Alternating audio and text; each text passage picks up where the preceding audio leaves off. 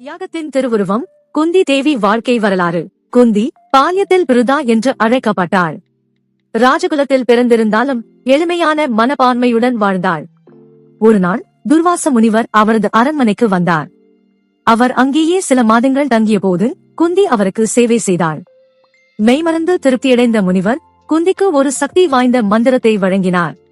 இந்த மந்திரத்தின் மூலம் எந்த தேவனையும் அழைக்க முடியும் என்ற அரிய வரம் கிடைத்தது.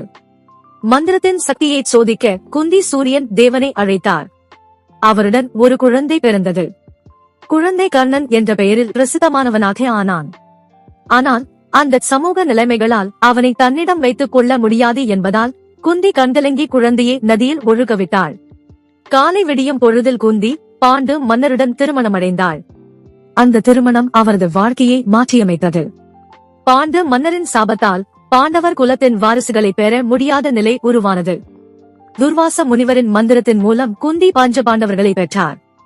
அவள் தன்னுடைய ஆசைகளையெல்லாம் தியாகம் செய்து பாண்டவர்களின் தாயாக அவர்களை வழிநடத்தியது. மகாபாரத யுத்தத்தின் போது குந்தி உண்மையான தியாகம் என்ன என்பதை சாட்சியாக நின்றார். கர்ணன் தனது சொந்த மகன் என்பதை அவர் யாரிடமும் சொல்லாதது பாண்டவர்களின் பாதுகாப்புக்காகவே. இறுதியில் குந்தி தனது வாழ்க்கையின் எல்லா சோதனைகளையும் தாண்டி அமைதியான வாழ்க்கையை தேர்ந்தெடுத்தாள். தனது குழந்தைகள் அனைவரின் நலனுக்காக மட்டுமே வாழ்ந்த அவர் தியாகத்தின் அதிவிகாரமாக விளங்கினார். முருகப்பெருமானை நம்பினாள்.